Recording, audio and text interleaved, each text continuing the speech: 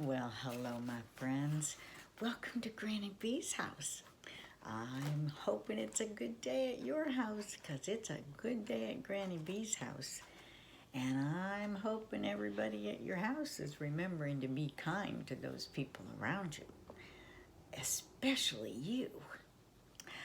Well, Granny B likes to read. I hope you like to read, and I hope you don't have nightmares at night like this little guy. He's having a nightmare about not being able to read. Oh my goodness.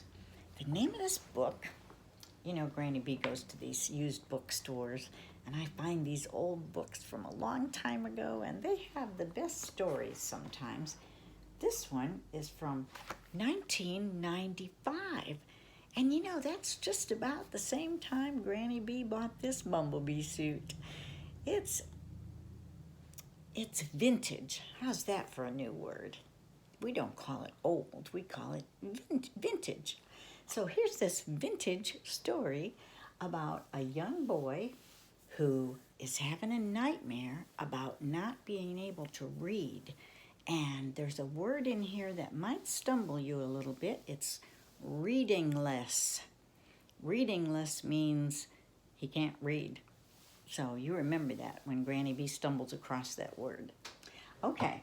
Oh, How I Wished I Could Read, written by John Giles and illustrated by Frank Fiorillo. I'm going to get out of the way now so you can see these pictures. There we go. I awoke with a yell and sat straight up in bed, full of fear and wild worries and trouble and dread. Was it just a bad dream, or was what I feared true? Was reading a feat that only others could do? In my dream, I was walking alone on the street and decided to sit down and put up my feet. I discovered too late what the wet paint sign said when the bench left my backside a bright shade of red.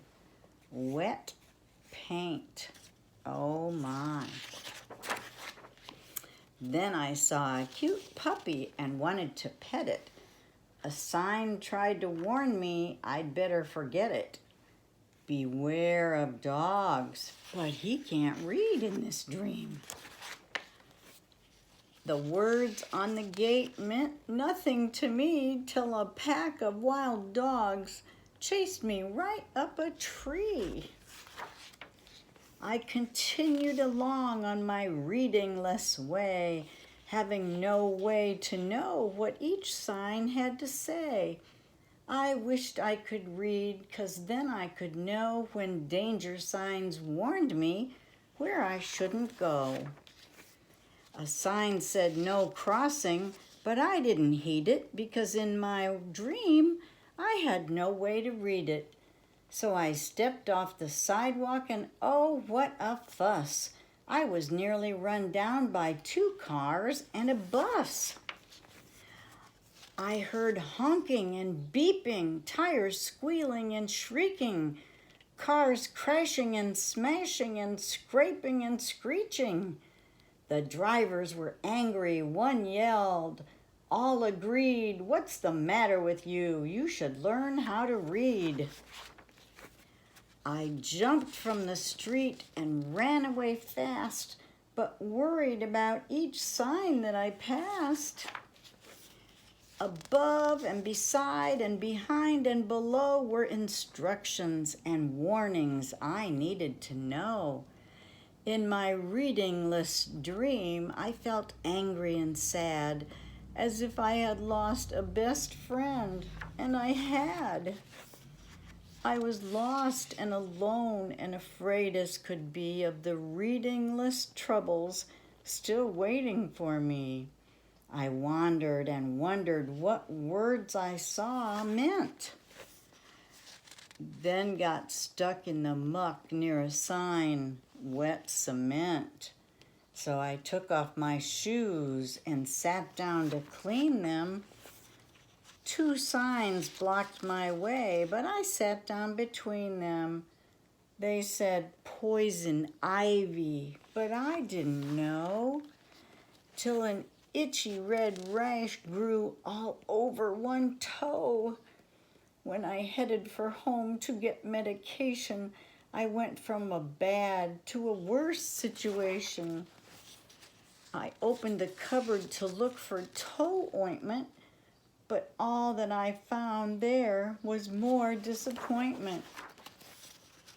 Each bottle and tube on the shelf had a label I needed to read, but I wasn't able. I itched and I twitched. How I wished I could read. My toe was on fire from that poisonous weed.